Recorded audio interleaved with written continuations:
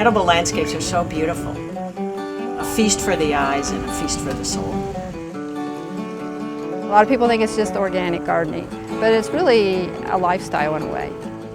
We're trying our best to live a zero-impact life with our diet through vegetables and with our landscape with edibles.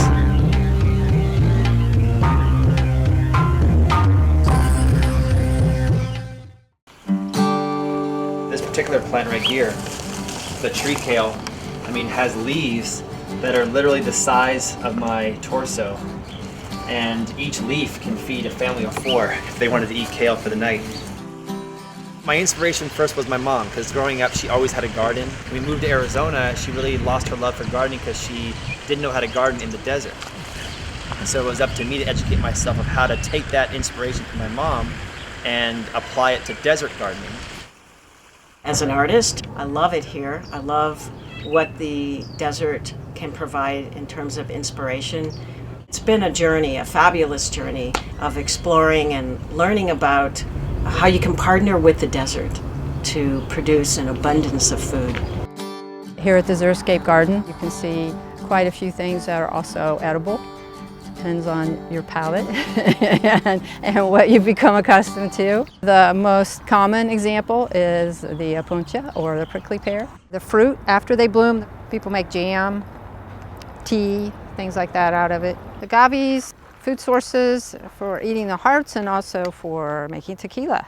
I like the chaparosa blooms. They're really tasty. But you have to fight the hummingbirds over them because they love them too.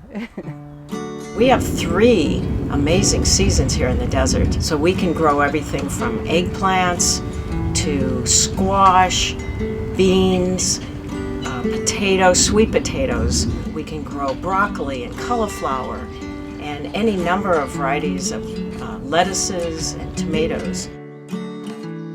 I thought, what if I plant a peach tree or a pomegranate tree? That'd be a cool thing to have and just pick those fruits off when they were ripe.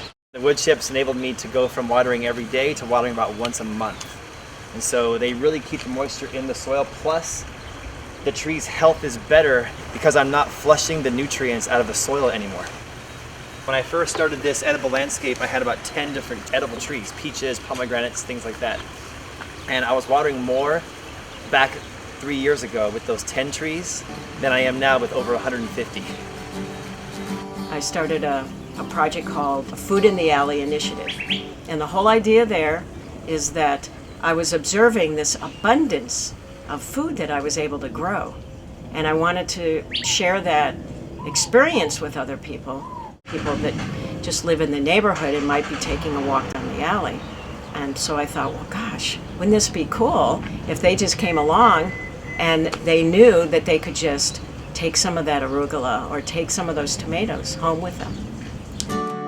I realized when I started growing my own food that how addicted and how entrenched I was with that system of the fridge, supermarket, and the trash can.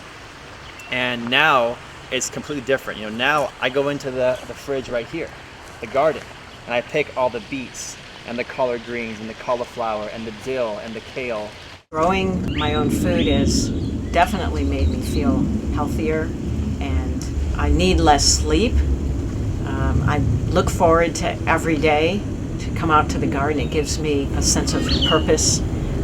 Gardening is looking at your entire space as a canvas, and think of yourself as a person who's going to create this beautiful painting.